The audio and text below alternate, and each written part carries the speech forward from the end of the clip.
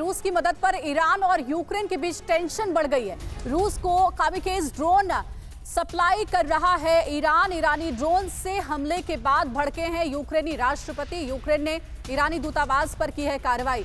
Iran ने कहा, हम हर एक्शन का जवाब देंगे। तो आपको बता दें कि ये बड़ी खबर है जिसमें ईरानी ड्रोन से हमले के बाद भड़क गए हैं और यूक्रेन ने ईरानी दूतावास पर यह कार्रवाई की है।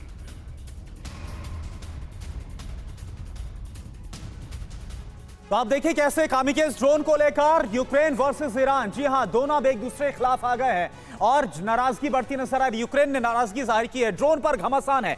Ukraine versus Iran. यूक्रेन में रूसी फौज ने कामिकाजी ड्रोन का इस्तेमाल किया है और इससे काफी ज्यादा नुकसान पहुंचा। इसी पर यह रिएक्शन है यूक्रेन की तरफ से। ईरानी ड्रोन से हमले के बाद वोलोदिमीर ज़ेलेंस्की काफी ज्यादा भड़क गए हैं और देखिए यूक्रेन ने ईरानी दूतावास के अधिकार भी कम कर दिए हैं। यह एक्शन भी ले लिया गया है यूक्रेन की तरफ से। और साथ ही क्या बड़ी अपडेट आ रही है, यूक्रेन के डिप्लोमेटिक एक्शन पर ईरान ने जवाब दिया है। ईरान की तरफ से जो जवाब है वो भी सामने आया है। टेंशन बढ़ती नजर आ रही है इन दोनों के बीच में। यूक्रेन बाहरी ताकतों से प्रभावित होकर फैसले ना ले, ये ईरान की तरफ से कहा गया है। हम यूक्रेन के हर एक्शन का बराबर जवाब देंगे, तो ईरान ये बोल रहा है। तो आप देखें किस तरह से लगातार रूस वर्सेस यूक्रेन युद्ध छिड़ा हुआ है। 7 महीने से ज्यादा का वक्त हो गया है, लेकिन अब ईरान और साथ ही साथ यूक्रेन के बीच भी टेंशन बढ़ती हुई नजर आ रही है। यूएस राठौर सर, मेरा सवाल आपसे है कि जिस तरह से ईरान वर्सेस यूक्रेन यह हम बयानबाजी देख रहे हैं, तो इस एक्शन को आप किस तरह से ले रहे हैं, इस टेंशन को आप किस तरह से ले रहे हैं, जब पूरी दुनिया ये उम्मीद लगाए बैठी है, कोशिश कर रही है ताकि किसी तरह से ग्लोबल टेंशन को खत्म किया जाए, वहीं ये टेंशन बढ़ रही है। US Rathore sir. देखिए करुणा, ईरान जो है यूक्रेन और रूस की लड़ाई में लेट एंट्री है, बहुत लेट आया है। इसने अभी रूस को अपने ड्रोन्स दिए हैं, लेकिन यूक्रेन को ये नहीं भूलना चाहिए कि यूक्रेन को भी इंग्लैंड से, अमेरिका से और टर्की से ड्रोन्स मिले हुए हैं, ठीक है।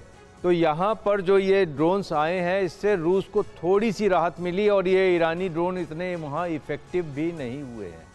तो इसके ऊपर यूक्रेन ने खिसिया करके उसके डिप्लोमेटिक जो उनका एम्बेसी है उसको डाउनग्रेड कर दिया है, तो वो ईरान भी उसको डाउनग्रेड कर देगा। यूक्रेन ने यही चीज़ हमारे साथ भी की है। हमारी भी एम्बेसी को डाउनग्रेड किया गया है शुरुआती दिनों में, जब हम रूस के साथ खड़े दिखते थे। तो यूक्रेन के साथ ये चल रहा है, लेकिन यूक्रेन को तो पूरे नेटो से मदद मिल रही है, पूरे नेटो से हथियार आ रहे हैं, तो यूक्रेन को कहने का कोई हक नहीं। इस नाराजगी का कितना असर पड़ेगा ईरान पर, अगर यूक्रेन नाराज भी हो जाता है तो? मैं समझता हूँ कि ज़ेलेंस्की का ये जो स्ट्रैटेजी है, ये अमेरिका करा रहा है, क्योंकि जो उनकी न्यूक्लियर टॉक्स हो रही हैं ईरान और अमेरिका के बीच में, उसमें कोई उनको सक्सेस नहीं मिल रहा। तो ईरान को दबाने के लिए ज़ेलेंस्की की ऐसी चेतावनी दी गई है ईरान के ऊपर, और ईरान के ऊपर ऐसा प्रेशर नहीं पड़ेगा। एसपीपी सिंह साहब, इस मुद्दे पर आगे भी हम बात करेंगे। तो चीन और रशिया, दो मुल्कों का हमने हाल आपको दिखाया। चीन में सन्नाटा पस रहा है, तख्ता पलट की खबरें हैं, और रशिया में एक तरह की भगदड़ हम देख रहे हैं। नागरिक, जो रशियन नागरिक हैं, वो अपना मुल्क छोड़कर बाहर जा रहे हैं।